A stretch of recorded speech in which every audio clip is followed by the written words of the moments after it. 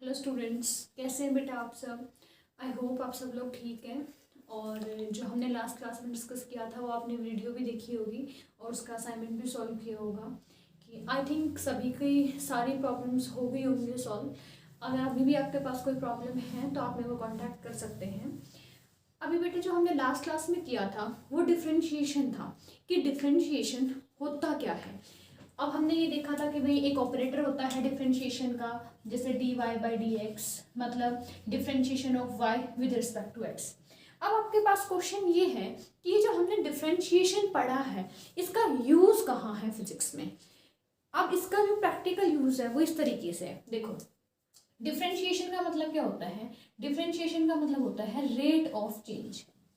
Rate of change मतलब आपको कहीं पे भी अगर रेट निकालना है, ठीक है, किसी भी चीज का चेंज होने का with respect to another quantity, तो उसको हम डिफरेंशिएशन से ही कर सकते हैं। जैसे फॉर एग्जांपल ये है हमारी प्रैक्टिकल एप्लीकेशंस की, कहाँ पे हमारा डिफरेंशिएशन यूज होता है। आपने ये पढ़ा है कि स्पीड को कैसे डिफाइन करते हैं, rate of change of distance. अब ये कहते हैं कि डिस्टेंस जिस अकॉर्डिंग चेंज करता है टाइम के साथ, उसी को तो आप स्पीड बोलते हो ना। तो इसका मतलब स्पीड कैसे कैलकुलेट होगी कि rate of change of distance with time. मतलब अगर आपको इंस्टेंटेनियस स्पीड कैलकुलेट करनी है तो आप अपने डिस्टेंस का, ये क्या है डिस्टेंस, अगर इसका डिफरेंशिएशन कर दें तो आपको क्या मिल जाएगी, स्पीड मिल जाएगी। और कोई एग्जांपल आपने पढ़ा है बेटा एक्सेलरेशन। क्या होता है acceleration. Acceleration is the rate of change of velocity. तो इसका मतलब अगर आप वेलोसिटी का डिफरेंशिएशन कर दें विद रिस्पेक्ट टू टाइम तो आपको क्या मिल जाएगा, एक्सेलरेशन। ये हमारा यूज है फिजिक्स के अंदर डिफरेंशिएशन का। जिस भी डेफिनेशन में आपने ये पढ़ा है ना कि रेट ऑफ चेंज, मतलब उसको हम डिफरेंशिएशन से ऑब्टेन कर सकते हैं। जैसे आपने ये पढ़ा है कि rate of change of momentum, Newton का सेकंड लॉ याद कीजिए जो हमने 9th क्लास में पढ़ा था। उसके अकॉर्डिंग हम फोर्स को कैसे डिफाइन करते हैं, हम फोर्स को डिफाइन करते हैं rate of change of momentum. Rate of change of momentum is directly proportional to the external applied force. ऐसे लिखते हैं ना, तो हम कह सकते हैं कि फोर्स इज, किसका चेंज करना है बेटा, मोमेंटम का। किसके रिस्पेक्ट में करना है, टाइम के रिस्पेक्ट में। तो ये हमारे तीनों एग्जांपल्स हैं, प्रैक्टिकल एग्जांपल्स हैं जहाँ पे हम डिफरेंशिएशन को यूज करते हैं। तो आप इनको फटाफट नोट कीजिए कि भाई जहाँ पे भी रेट ऑफ चेंज की बात आ रही है ना, वहां पे हमें क्या करना है, differentiation. For example rate of change of distance, अब किसके रिस्पेक्ट में चेंज हो रहा है, टाइम के रिस्पेक्ट में। तो हम डिस्टेंस का अगर टाइम के रिस्पेक्ट में डेरिवेटिव कर दें तो हमें क्या मिल जाएगी, स्पीड मिल जाएगी। जैसे फॉर एग्जांपल इसमें आगे भी हम कहते हैं कि अगर आपके पास गिवन है कि distance is equal to, distance है मान लो 5t² + 3, ये आपका डिस्टेंस गिवन है और आपको क्या कैलकुलेट करना है, आपको स्पीड कैलकुलेट करनी है। तो आप कहोगे स्पीड होती है dx/dt, और यहाँ पे x क्या गिवन है 5t² + 3। तो अगर आप इसका डिफरेंशिएशन कर दे तो आपको मिल जाएगा, देखिए क्या होगा, 5t² का क्या होगा 2t, और 3 तो कांस्टेंट, इसका क्या होगा 0। तो इसका मतलब 10t, ये आपकी स्पीड है मीटर पर सेकेंड। ये सब कुछ किसमें गिवन था, मीटर में, ठीक है। तो इस तरीके से आप स्पीड को, एक्सेलरेशन को, फोर्स को, कुछ एग्जांपल्स हैं जिनको हम कैलकुलेट कर सकते हैं। तो ये है हमारी first application in the sense की एक यूज डिफरेंशिएशन का, कि डिफरेंशिएशन हमारी जो फिजिक्स है उसके अंदर कहाँ पे यूज हो रहे हैं। तो आप एक बार इसको नोट कीजिए। उसके बाद अब इसके अलावा आता है बेटा कि और डिफरेंशिएशन का कोई और यूज है इसके अलावा, बिल्कुल है। तब बेटा हम स्लोप का टॉपिक पढ़ रहे थे। स्लोप को किससे रिप्रेजेंट किया जाता है, स्लोप को m से रिप्रेजेंट करते हैं। स्लोप को कैलकुलेट करने के क्या तरीके हैं, अगर आपको एंगल पता है जो x एक्सिस के साथ बन रहा है तो आप tan थीटा से स्लोप कैलकुलेट कर सकते हैं। दूसरा, अगर आपको कोऑर्डिनेट्स पता है, दो coordinates y2 - y1 upon x2 - x1, इस तरीके से भी आप कैलकुलेट कर सकते हैं स्लोप। और आपको मैंने बताया था कि एक तरीका और है स्लोप कैलकुलेट करने का। तो देखिए बेटा, मान लो आपके पास एक कर्व गिवन है, कर्व है, y की इक्वेशन गिवन है। अगर आपका डिफरेंशिएशन कर दें इसका फॉर ए गिवन पॉइंट, तो इससे भी आप स्लोप निकाल सकते हैं। ठीक है, जैसे फॉर एग्जांपल यहाँ पे आपके पास एक कर्व गिवन है ऐसे, मान लो ये कोई भी कर्व हो सकती है, y some function of x, ये x एक्सिस है हमारी, ये y एक्सिस है, और आपको बोल दिया जाए ये एक पॉइंट है, ये पॉइंट है 3 4, इस पॉइंट पे आप स्लोप कैलकुलेट करो। तो आप कैसे करोगे भाई, अभी स्ट्रेट लाइन तो है नहीं किसकी, हर जगह स्लोप सेम रहेगी। आपको पता है कि यहाँ पे स्लोप कुछ और है, यहाँ पे स्लोप कुछ और होगी, यहाँ पे स्लोप डिफरेंट होगी। तो आप अलग अलग पॉइंट पे स्लोप कैसे कैलकुलेट करेंगे। अब आपने डिफरेंशिएशन करना आ गया, तो आप कहेंगे कि y का डिफरेंशिएशन कर देते हैं विद रिस्पेक्ट टू x, और जो भी गिवन पॉइंट है, मान लो x1 y1, जैसे यहाँ पे ये x1 है, ये y1 है, इसको आप पुट कर दो, स्लोप मिल जाएगी हमें। बात समझ आई। जैसे देखो पैराबोला पढ़ा था हमने काफी सारे पैराबोला पढ़े थे। अब ये एक पैराबोला था x और y, इसकी इक्वेशन क्या थी बेटा। अब आप कह सकते हो कि ये x किसके अबाउट सिमेट्रिक है, ये तो y के अबाउट सिमेट्रिक है हमारा। तो इसकी इक्वेशन क्या बनेगी, इसकी इक्वेशन ऐसे बनेगी कि x² is equal to 4ay, एक कांस्टेंट है कोई बात नहीं, x² इक्वल टू 4ay, इस तरीके की इक्वेशन बन गई। और आपसे बोल दिया जाए कि इस पॉइंट पे स्लोप कैलकुलेट करो, तो आप क्या करेंगे, तो आप कहेंगे कि भाई y क्या हो जाएगा, y होगा x² डिवाइड बाई 4a, और यहाँ पे निकालनी है स्लोप, तो हम कहेंगे स्लोप होगी dy बाई dx। अब आप इसको सॉल्व कर सकते हैं। अब किसका डिफरेंशिएशन करना है, x² अपॉन 4a, ये तो क्या है कांस्टेंट, ये तो रहेगा एज इट इज, और x² का डिफरेंशिएशन होगा 2x। समझ आई बात। अब आपको पॉइंट बता देंगे, इस पॉइंट पे कैलकुलेट करनी है, वो x की वैल्यू पुट कर दो, स्लोप मिल जाएगी। तो डिफरेंशिएशन का दूसरा यूज समझ में आया। एक तो था कि जहां पे भी फिजिक्स में हम रेट ऑफ चेंज डिफाइन करते हैं वहां पे डिफरेंशिएशन करते हैं, और दूसरी चीज तब हम किसी की भी स्लोप कैलकुलेट करते हैं तो तरीका क्या होता है, या तो यहाँ पे आप ये थीटा पता कीजिए, ये थीटा पता है तो tan थीटा से स्लोप मिल जाएगी, या आप कोई भी 2 पॉइंट चूज कीजिए, x1 y1 x2 y2, वहां पे आप y2 माइनस y1 अपन x2 माइनस x1 से निकालिए। और तीसरा तरीका क्या है कि अगर आप डिफरेंशिएट करते हैं तो डिफरेंशिएशन से भी आपको क्या मिलती है, स्लोप। तो हमारा नोट करने लायक पॉइंट क्या है, तो नोट करने के लिए हमारा पॉइंट होगा कि dy by dx gives slope of curve y is equal to fx। ये पॉइंट हमारा नोट करने के लिए है, तो इसको फटाफट नोट कीजिए कि dy बाई dx से हम क्या निकाल सकते हैं, हम स्लोप निकाल सकते हैं।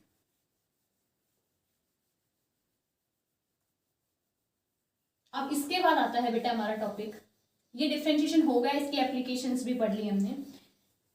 अब डिफरेंशिएशन सिर्फ आपके लिए एक मैथ्स की टर्म नहीं है, इसका फिजिक्स में भी यूज है, स्लोप निकालने के लिए और कुछ क्वांटिटीज को डिफाइन करने के लिए। अब इससे नेक्स्ट टॉपिक जो आता है हमारे पास वो आता है इंटीग्रेशन। नेक्स्ट टॉपिक रहेगा हमारी क्लास का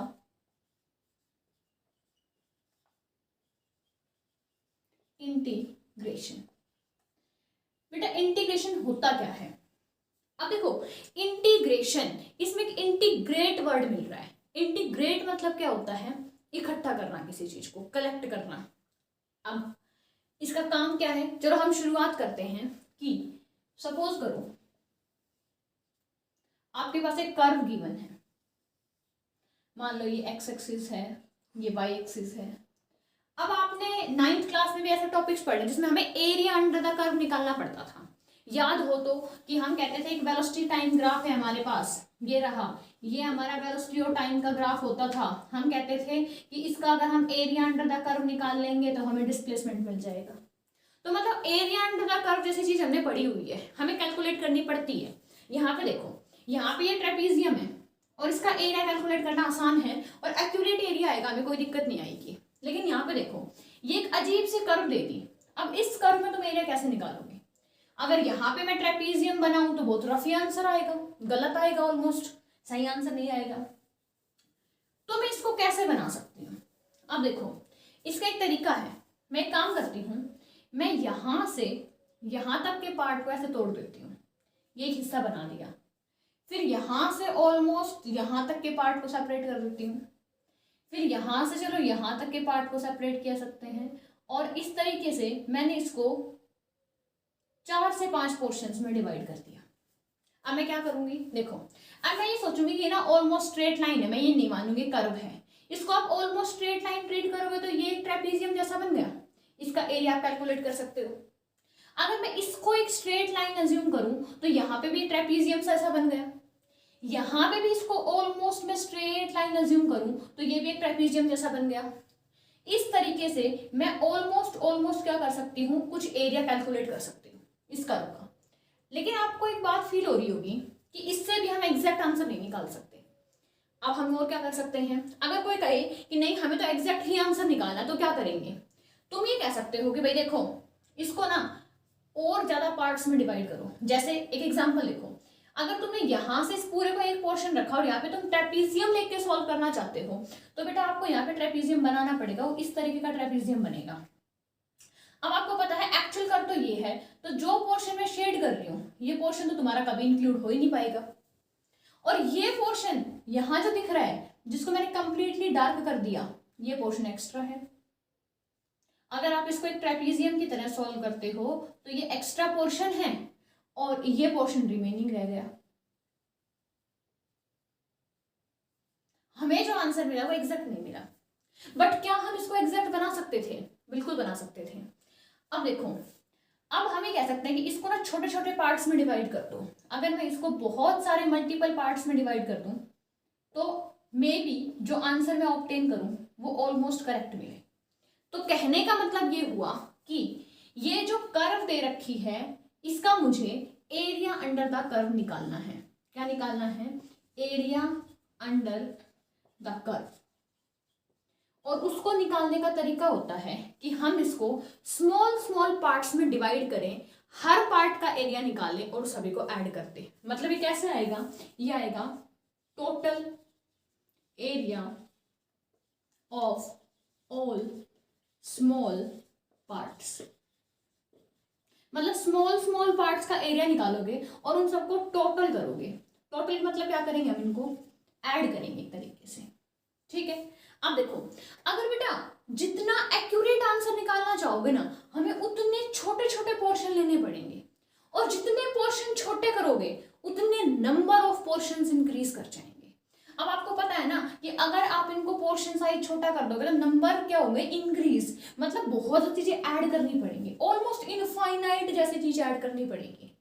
तो तब हमारे पास बहुत लार्ज नंबर होता है किसी का, और उसको हम ऐड करते हैं। तुमने एक वर्ड सुना होगा समेशन, सुना है कभी, समेशन वर्ड सुना होगा। समेशन का मतलब होता है चीजों को ऐड करना। जैसे मान लो मेरे पास एक नंबर है 1 2 3 5, इन सभी को सम करना है, तो मैंने इन सभी का क्या कर दिया, समेशन कर दिया। समेशन को हम इस तरीके से लिखते भी हैं, पर ये तो फाइनाइट नंबर है, दिख रहे हैं कि 1 2 3 और 4 नंबर है। इनको तो आप उंगलियों पे कैलकुलेट कर सकते हो, बिना उंगलियां यूज किए भी कर सकते हो। पर इस तरीके से इनफाइनाइट नंबर आ जाएं तो हम फिर उनका सम नहीं करेंगे, हम उनको इंटीग्रेट कर देंगे। मतलब छोटे छोटे, बहुत ज्यादा छोटे छोटे पार्ट्स हो गए तो उनका टोटल निकालने के लिए हम इंटीग्रेशन को यूज करेंगे। तो क्या इंटीग्रेशन वर्ड का मतलब समझ आया, इंटीग्रेट करना मतलब इकट्ठा करना। इस एरिया अंडर द कर्व को कैलकुलेट करने के लिए छोटे छोटे पार्ट्स कैलकुलेट करेंगे, छोटे छोटे पार्ट्स को ऐड ऑन कर देंगे, और बहुत सारी चीजों को ऐड ऑन करने के लिए जो टेक्निक यूज होती है वो इंटीग्रेशन होती है। तो यहां से आपको ये समझ आया होगा कि इंटीग्रेशन का यूज क्या करना है। मैं रफली कंक्लूजन वाली लाइन बता रही हूं कि integration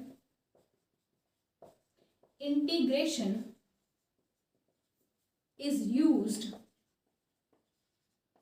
to calculate the area under a curve। ये है हमारा कंक्लूजन का पॉइंट कि अगर हमें एक कर्व के अंडर एरिया कैलकुलेट करना है तो हम उस कर्व का इंटीग्रेशन कर सकते हैं। ठीक है, ये बात तो समझ आएगी, हम इसका इंटीग्रेशन कर सकते हैं। पर इंटीग्रेशन होता कैसे है?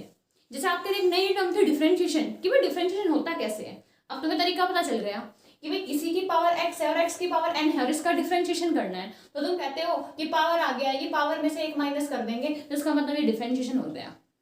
अब ऐसे ही हमें सीखना है कि इंटीग्रेशन करते कैसे हैं। तो आपको इंटीग्रेशन के बारे में एक की पॉइंट पता होना चाहिए कि जो इंटीग्रेशन है ना, it is the reverse of differentiation. What is integration? अगर कोई अच्छे से बताए तो हम कहेंगे कि it is the reverse process of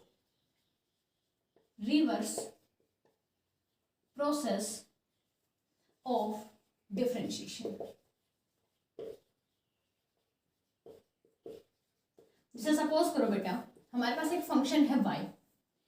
अब y का आप क्या करोगे? डिफरेंशिएशन करोगे। y का आप क्या करोगे? डिफरेंशिएशन, जिसको आप क्या कहते हो? dy by dx। What is dy by dx? dy by dx is the differentiation of y with respect to x। अब इसको एक फंक्शन मान लो। अब रिवर्स का मतलब क्या है? उल्टे आ जाओ। मतलब अगर आप इसका इंटीग्रेशन कर देते हैं तो हमें क्या मिल जाएगा? y मिल जाएगा। देखो y का डिफरेंशिएशन मतलब dy by dx और dy by dx का इंटीग्रेशन मतलब y। क्या ये रिवर्स प्रोसेस बहुत जगह काम आएगी? बिल्कुल आएगी। देखो सिर्फ इस वर्ड से कि it is the reverse process of differentiation हम बहुत सारे फॉर्मूले याद कर सकते हैं। फॉर एग्जाम्पल एक बात बताओ कि साइन का डिफरेंशिएशन किया था, रिमाइंड करो कि साइन का डिफरेंशिएशन क्या था? आई थिंक तो साइन का डिफरेंशिएशन कोस था, मतलब साइन एक्स का डिफरेंशिएशन था कोस एक्स। तुमने कहा कि साइन का डिफरेंशिएट करेंगे तो किस पे पहुंच जाएंगे? कोस पे पहुंच जाएंगे। तो मैं कहती हूं कोस का इंटीग्रेशन कर दो, साइन पे पहुंच जाओगे। क्या ये बात समझ आई? ठीक है। देखो साइन का डिफरेंशिएशन किया, कोस पे पहुंच गए, कोस का इंटीग्रेशन करोगे साइन के ऊपर आ जाओगे। मतलब कोस का इंटीग्रेशन क्या होता है? साइन होता है। अब जैसे बेटा तुम तो समझ गए भाई डी बाई डी एक्स देखते ही कि डी बाई डी एक्स किसका ऑपरेटर है? डी बाई डी एक्स तो डिफरेंशिएशन का ऑपरेटर है। तो इसी तरीके से इंटीग्रेशन का ऑपरेटर क्या होता है? तो हम कहेंगे कि इंटीग्रेशन भी किसी के रिस्पेक्ट में ही किया जाता है और इंटीग्रेशन का ऑपरेटर होता है ऑपरेटर, ये जो थोड़ा लंबा सा एस लगेगा और dx। ठीक है, मतलब y का अगर इंटीग्रेशन करना है विद रिस्पेक्ट टू x तो ये हमारा सिंबल होता है, ये हमारा ऑपरेटर होता है। मतलब जैसे आपको कहीं पे भी ये दिख जाता है तो आप समझ जाते हैं कि डिफरेंशिएशन करना है किसका भाई? जो यहाँ लिखा होगा किसकी रिस्पेक्ट में? x की रिस्पेक्ट में। ऐसे ही कहीं आपको ये लंबा सा साइन और dx दिख जाए तो इसका मतलब आपको इंटीग्रेशन करना है किसके रिस्पेक्ट में? x के रिस्पेक्ट में। किसका करना है? y का करना है। ठीक है, अब देखिए, अब हम रूल्स पढ़ते हैं। अब रूल्स के अंदर कुछ रूल्स तो हम इसी डेफिनेशन से बनाएंगे। जैसे अभी बताया था साइन का डिफरेंशिएशन क्या होता है? कोस होता है। तो कोस का इंटीग्रेशन क्या होगा? कोस का इंटीग्रेशन होगा साइन एक्स। लेकिन जब आप बुक्स रेफर करेंगे बेटा तो यहां पे ना एक कांस्टेंट मिलेगा आपको c। अब ये जो कांस्टेंट है ये क्यों आता है इसकी भी हम स्टडी करेंगे। देखो अब आपने इंटीग्रेशन का दो बातें दिमाग में चल रही होंगी। जब भी वर्ड इंटीग्रेशन आए तो दो ही ख्याल आने चाहिए कि एक तो ये डिफरेंशिएशन की रिवर्स प्रोसेस है और एक ये क्या करता है? एरिया कैलकुलेट करता है कर्व के अंदर। अब एक बात सोचो, मैंने ये तो बोल दिया कि ये कर्व है, ये इतनी बड़ी कर्व है, हो सकता है ये कर्व तो इनफाइनाइट तक जा रही हो, कि आपको एरिया निकालना है। अब दो बातें हैं, या तो मैं तुम्हें लिमिट कर दूं कि भाई यहां से लेके और केवल यहां तक का एरिया निकालो, area from A to B, या फिर एक काम करो कि यहां से लेके इनफाइनाइट तक का एरिया निकालो, कुछ पता ही नहीं कहां तक का एरिया निकालना है। तो दो वर्ड आते हैं हमारे पास, डेफिनेट और इनडेफिनेट। देखो डेफिनेट का मतलब क्या होता है कि जिसमें हमें पता होता है, लिमिट पता होगी कि कहां से शुरू करना है, कहां पे खत्म करना है। इनडेफिनेट होता है जहां पे हमें लिमिट नहीं पता होती कि भाई कहां से शुरू करें कहां खत्म करें। तो देखो अगर डेफिनेट का मतलब है कि हमें लिमिट्स पता है और इनडेफिनेट मीन्स कोई लिमिट नहीं है। तो अगर लिमिट पता है तो लिखी कहां जाएगी? वो यहां लिखी जाएगी। अगर आपके पास इस तरीके का सिंबल है ना तो मतलब वो डेफिनेट इंटीग्रल का सिंबल है, और अगर सिर्फ इस तरीके का सिंबल है तो वो इनडेफिनेट का सिंबल है। मतलब यहां पे पता है कि यहां से शुरू करना है यहां खत्म करना है, इसको बोलते हैं लोअर लिमिट, और इसको बोलते हैं अपर लिमिट। मतलब ए से शुरू करके बी पे खत्म कर देना, यहाँ पे कोई लिमिट नहीं है। यहाँ पे देखो कोई लिमिट दिखाई दे रही है, कोई लिमिट नहीं है। तो तब भी बिना लिमिट का क्वेश्चन आए तो हमें साथ में कांस्टेंट लगाना है। ये इस अनसर्टेनिटी को दिखाता है कि कहाँ से का इंटीग्रेशन करना है हमें नहीं पता। लेकिन तब लिमिट्स आएंगी तो लिमिट्स के केस में हमें कभी भी ये सी ऐड नहीं करना होता। हमें क्वेश्चन को सॉल्व करने के बाद लिमिट पुट करनी होती है। क्वेश्चन सॉल्व करेंगे तब अच्छे से पता चलेगा। अब नेक्स्ट है हमारे पास कि जैसे साइन का हो गया कोस का हो गया साइन, ऐसे एक बात बताओ कि अगर कोस का डिफरेंशिएशन करना हो तो क्या करना होगा। कोस का डिफरेंशिएशन होता है माइनस का साइन। याद है आपको कि कोस का डिफरेंशिएशन क्या होता है, माइनस का साइन। लेकिन मुझे अब साइन का इंटीग्रेशन करना है, तो साइन का इंटीग्रेशन क्या होगा, माइनस का कोस। ऐसे देखो बेटा, अपने मन में सोचना, सीकेंट स्क्वायर एक्स किसका आंसर आया था, आई थिंक तो 10 का आया था कि 10 का डिफरेंशिएशन होता है सीकेंट स्क्वायर एक्स। तो सीकेंट का इंटीग्रेशन क्या हो गया, 10x। ऐसे ही सीकेंट एक्स इंटू 10x किसका आंसर आया था बेटा, सीकेंट एक्स और 10x है ना, वो सीकेंट का आंसर आया था। मतलब तब आप नोटबुक देखेंगे तो आपने लिख रखा होगा कि सीकेंट का डिफरेंशिएशन होता है सीकेंट इंटू 10, तो इसका मतलब सीकेंट इंटू 10 का इंटीग्रेशन हो गया सीकेंट। ठीक है, तो ये हमारे इंटीग्रेशन में सबसे पहले आप ये चीज नोट करिए प्रॉपर सीक्वेंस के अंदर रूल्स के साथ, और साथ साथ पहले आप वीडियो पॉज करके उस साइड का नोट करना, फिर इस साइड का नोट करना, तब तक मैं वहां पे लिख रही हूँ।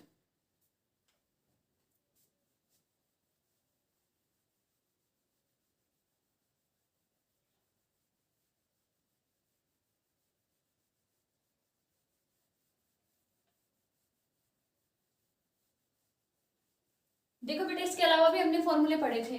इसके अलावा आपने ये भी पढ़ा था, किसी का तो आंसर आया था कोसिकेंट स्क्वायर एक्स। किसका आया था, रिमाइंड करो, ये कोट का आंसर आया था। एक्चुअली कोट का आंसर आया था माइनस कोसिकेंट, तो इसका मतलब कोसिकेंट स्क्वायर का आंसर हो गया माइनस कोट एक्स प्लस सी। नेक्स्ट है हमारे पास एक आया था कोसिकेंट एक्स कोट एक्स। ये किसका आंसर आया था, ये आया था हमारे पास कोसिकेंट का, और यहां पे भी आएगा एक माइनस का साइन, क्योंकि आपको पता होना चाहिए कि कोसिकेंट का answer minus cosecant into coat आया था। और कौन सा बचा है हमारे पास भाई, साइन कोस और टेन के ये सारे हो चुके हैं। इसके अलावा देखो, आपने e की पावर x का डिफरेंशिएशन किया था, आंसर e की पावर x आया था, तो ध्यान रखना e की पावर x का डिफरेंशिएशन भी e की पावर x होता है, और e की पावर x का इंटीग्रेशन भी e की पावर x होता है। उसके अलावा आपने ये पढ़ा था कि 1/x किसका आंसर आया था, 1/x आया था हमारे पास नेचुरल लॉग का।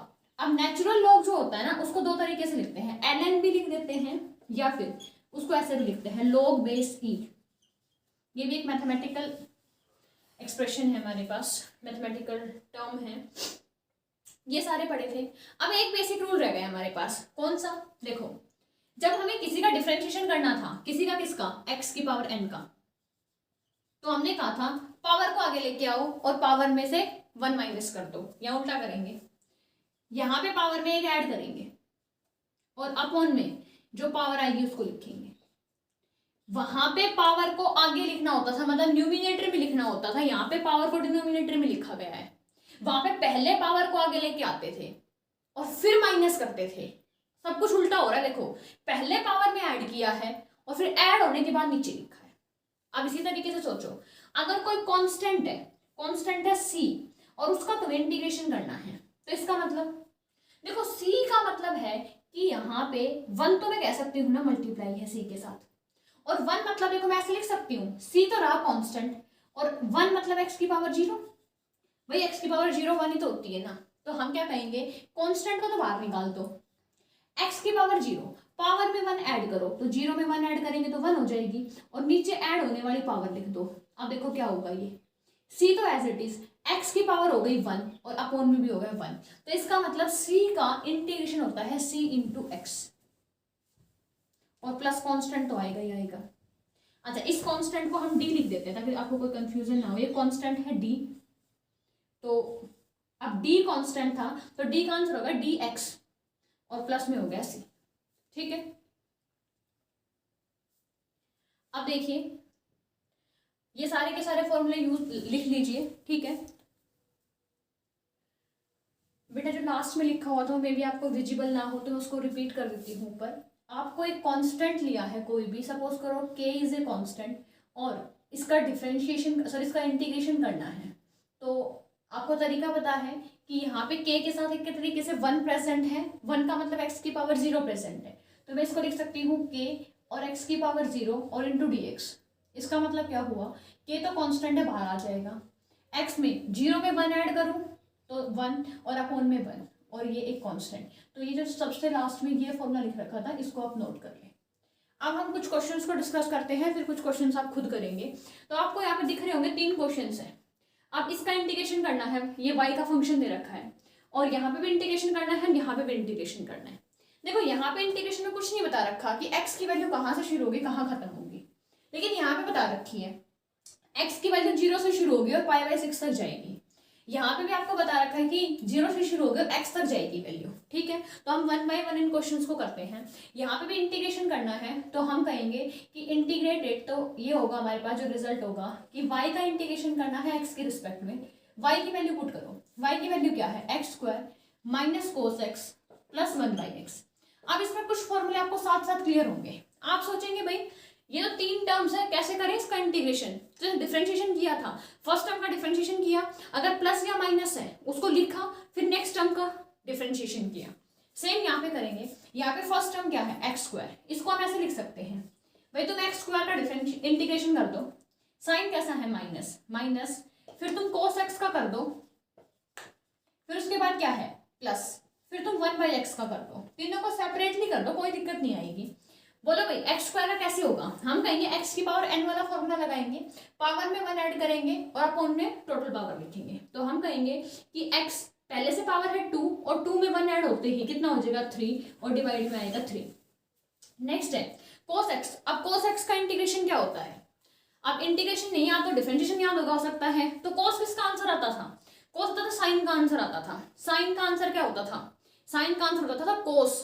अब कोस का आंसर क्या होगा, साइन, तो हम यहाँ पे लिखेंगे साइन प्लस 1/x। 1/x किसका आंसर होता था डिफरेंशिएशन में, लॉग का, तो इसका इंटीग्रेशन में क्या हो जाएगा log बेस e x। अब आप सोच रहे होंगे कि मैंने जब फॉर्मूले लिखवाए थे तो मैंने सभी के साथ कांस्टेंट ऐड करवाया था। अब बेटा सभी के साथ कांस्टेंट ऐड करने की जरूरत नहीं है, पूरा क्वेश्चन सॉल्व करने के बाद एक कांस्टेंट लगा दो बहुत है। ठीक है, तो एक बार दोबारा देखो, इसमें 3 अलग अलग टर्म्स हैं, तीनों का अलग अलग इंटीग्रेशन करेंगे, तीनों फॉर्मूला बेस्ड है। बिल्कुल आपको फॉर्मूला याद होना चाहिए कि x की पावर n का होता है पावर में 1 ऐड करना डिवाइड बाय पावर, कोस का होता है साइन और 1/x का होता है log। अब नेक्स्ट चलते हैं क्वेश्चन पे। क्वेश्चन नंबर 2 हमारा, क्वेश्चन नंबर 2 है कि इंटीग्रेशन करना है सीकेंट स्क्वायर एक्स का। डायरेक्ट फॉर्मूला है सीकेंट स्क्वायर एक्स का इंटीग्रेशन क्या होता है। अगर आपको इंटीग्रेशन के फॉर्मूले याद हो गए होंगे तो ठीक है, और नहीं तो आप डिफरेंशिएशन से कर सकते हैं। कैसे, देखो मेरे हिसाब से 10x का डिफरेंशिएशन होता था सीकेंट स्क्वायर एक्स। भाई 10x का डिफरेंशिएशन होता है सीकेंट स्क्वायर, तो सीकेंट स्क्वायर का इंटीग्रेशन क्या हो जाएगा 10। तो इसका मतलब ये हुआ भाई इसका आंसर आएगा 10, सीधा आंसर आ गया। अब चीज ध्यान रखना, इसमें लिमिट गिवन है भाई, ये होती है लोअर लिमिट, ये होती है अपर लिमिट। इसमें हमें कांस्टेंट ऐड करने की जरूरत नहीं है, हम कहेंगे ये रही लोअर लिमिट और ये रही हमारी अपर लिमिट।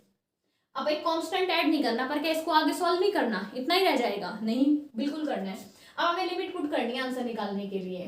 पहले कौन सा लिमिट पुट करेंगे, पहले हमेशा अपर लिमिट पुट होती है, तो अपर लिमिट क्या है 5/6, और फिर क्या पुट होती है माइनस का साइन, और फिर होती है लोअर लिमिट।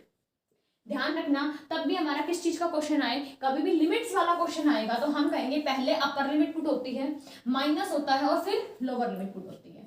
ये 0 रेडियन के अंदर दे रखा है। अब आपको डिग्री टू रेडियन कन्वर्ट करना बताया था, तो यहाँ पे आपके 2 काम होंगे। π/6, अब कितने π/6 रेडियन जो है वो कितने डिग्री के बराबर होता है, वो होता है 30 डिग्री के बराबर। तो इसका मतलब इस क्वेश्चन में आएगा tan 30 माइनस tan 0 डिग्री। अब इन दोनों की वैल्यू आप जानते हो, और इन दोनों की वैल्यू अगर आपको नहीं पता तो आप खुद से लर्न करके और फिर इस क्वेश्चन को प्रोसीड करेंगे। ध्यान रखना यहाँ पे कोई सी ऐड नहीं होगा, ये आपके लिए है इसके आगे का पार्ट करना। हम थर्ड क्वेश्चन के ऊपर चलते हैं। थर्ड क्वेश्चन में कहता है कि आपको इंटीग्रेशन करना है एफ का, ठीक है, जहाँ पे एफ क्या है, के एक्स है। तो हम कहेंगे कि भाई ठीक है 0 से x और f की वैल्यू पुट कर दो के एक्स। अब k जो है वो कांस्टेंट है और x है वो वेरिएबल है, तो हम कहेंगे कांस्टेंट हो तो बाहर निकाल दो। तो इसका मतलब किसका इंटीग्रेशन बचा, x का इंटीग्रेशन बचा। कैसे होगा, x की पावर क्या है 1, पावर में 1 ऐड करेंगे, तो पावर में 1 ऐड किया तो 1 में ऐड करते 2 बन गया, डिवाइड बाय 2 कर देंगे। लिमिट कहाँ से कहाँ है, लिमिट है 0 से लेके x। अब देखो लिमिट कैसे पुट करेंगे, x की लिमिट पुट करनी है, तो x की जगह पे ही क्या पुट करना है x। तो हम कहेंगे k और ये 2 तो एज इट इज है, इस x की जगह पे ये x पुट करेंगे, हो गया x स्क्वायर। फिर क्या होता है, माइनस लिखना होता है और फिर कौन सी लिमिट पुट करनी होती है, लोअर लिमिट। तो x की जगह 0 पुट कर दें, आंसर हो गया 0। तो फाइनल आंसर आ गया हमारे पास हाफ के एक्स स्क्वायर। क्या यहाँ पे हमें लगाने की जरूरत है कांस्टेंट, बिल्कुल नहीं। क्यों, क्योंकि यहाँ पे हमें लिमिट्स गिवन है और जब लिमिट गिवन होती है तो हमें कांस्टेंट्स की जरूरत नहीं होती। कांस्टेंट की जरूरत सिर्फ कहाँ होती है, जहाँ लिमिट नहीं होती, और इसको बोलते हैं इनडेफिनिट इंटीग्रल और इनको बोलते हैं हम डेफिनिट इंटीग्रल्स। अब इसके अलावा ये तीनों क्वेश्चंस आपकी नोटबुक में होने चाहिए। अब साथ साथ हमारे पास 2 से 3 फॉर्मूले बचे हुए हैं, वो 2-3 फॉर्मूले हमें करने हैं, फिर हमारा इंटीग्रेशन टॉपिक खत्म हो जाएगा। अब देखिए बेटा, जैसे आपने ये तो देख लिया कि 2 चीज प्लस और माइनस में है तो हम उसका इंटीग्रेशन कैसे कर सकते हैं, पर अगर कोई चीज ऐसे हो 2 फंक्शन आपस में मल्टीप्लाई में हो तो कैसे करेंगे। मान लो एक फंक्शन है u और एक फंक्शन है v, ये y फंक्शन है और हमें क्या करना है, हमें इंटीग्रेशन करना है y का, किसके रिस्पेक्ट में, x के रिस्पेक्ट में। मतलब कहने का मतलब है कि हमें u इंटू वी का इंटीग्रेशन करना है। तो ये कैसे होता है, ये इस तरीके से होता है भाई कि इस u और v में से एक फंक्शन फर्स्ट होता है और एक फंक्शन क्या बोलते हैं सेकंड। मान लो ये फंक्शन फर्स्ट है और ये फंक्शन कैसा है सेकंड, तो हम कहेंगे first as it is integration of second minus differentiation of first integration of second और इसका होल इंटीग्रेशन। अब भाई फर्स्ट क्या इस u को ही बोलना है या सेकंड u को ही बोलना है, ये कोई कंपलसरी नहीं है, इसके लिए एक रूल होता है, पर वो रूल हम तब करेंगे तब हमें हायर जो है तरीके के डेरिवेटिव्स करने पड़ेंगे। पर फिलहाल ये समझ लीजिए, आपको कोई बता दे कि 2 फंक्शन मल्टीप्लाई में है, एक फंक्शन फर्स्ट है और एक सेकंड है, तो उनका इंटीग्रेशन किस तरीके से होता है, first as it is integration of second minus differentiation of first integration of second, इनके रिजल्ट का फिर से इंटीग्रेशन करना है। तो ये है हमारा फाइनल, किस अकॉर्डिंग हमें करना है। बाकी आप एक फॉर्मूले के तौर पे ऐसे लिख सकते हैं कि अगर y इस तरीके से है कि u प्लस v का सिस्टम है और इसको आपको इंटीग्रेट करना है, तो हम कहेंगे अगर हमें y का इंटीग्रेशन करना है तो आप एक काम करो, u का इंटीग्रेशन कर दो, v का इंटीग्रेशन कर दो और फिर उनको प्लस कर दो। अगर माइनस में होगा तो हम क्या कर देंगे, इनको माइनस कर देंगे। यहाँ तक कि हमारे रूल्स है बेटा सारे के सारे इंटीग्रेशन के। तो आपका इंटीग्रेशन टॉपिक इतना ही था, सिर्फ आपको ये समझना था कि इंटीग्रेशन में क्या काम है। इंटीग्रेशन का काम हमारा आएगा कि तब हमें एरिया अंडर द कर्व निकालना पड़ेगा, या पर्टिकुलरली कुछ टर्म्स में इंटीग्रेशन कब आएगा, तब हमें कोई छोटी चीज़ पता है। जैसे सपोज करो कि आप कोई काम कर रहे हो और आपको स्मॉल वर्क के बारे में पता है, आपको ये पता है कि ना, जैसे एक एग्जाम्पल लेते हैं कि आपको ना बहुत सारी ब्रिक्स हैं, एक जगह से उठा के दूसरी जगह पे रखनी है, तो आपको ये पता है कि एक ब्रिक के उठाने में आपको इतना वर्क करना पड़ रहा है। आप ऐसे धीरे धीरे करके और बहुत सारे ब्रिक्स लेके आ रहे हैं, इनफाइनाइट नंबर है वो, बहुत सारे लार्ज नंबर हैं, तो आप क्या करेंगे, आपको पता है कि स्मॉल वर्क है DW और आपको टोटल वर्क निकालना है, तो आप इंटीग्रेशन कर दो। तब भी हमें थोड़ी थोड़ी चीज़ को ऐड करना होगा और वो थोड़ी थोड़ी बहुत सारी चीज़ होगी तो हम उसको इंटीग्रेशन से ऐड करेंगे। तो आपसे बात ध्यान रखना कि इंटीग्रेशन का काम कहाँ पे आएगा, एरिया अंडर द कर्व के लिए आएगा, और दूसरा आएगा हमारे पास तब हमें कोई स्मॉल चीज़ पता है और उन स्मॉल चीज़ को इकट्ठा करके तब हमें कोई बड़ी चीज़ लेके आनी है। ठीक है, तो यहाँ पे आपका इंटीग्रेशन का टॉपिक खत्म हो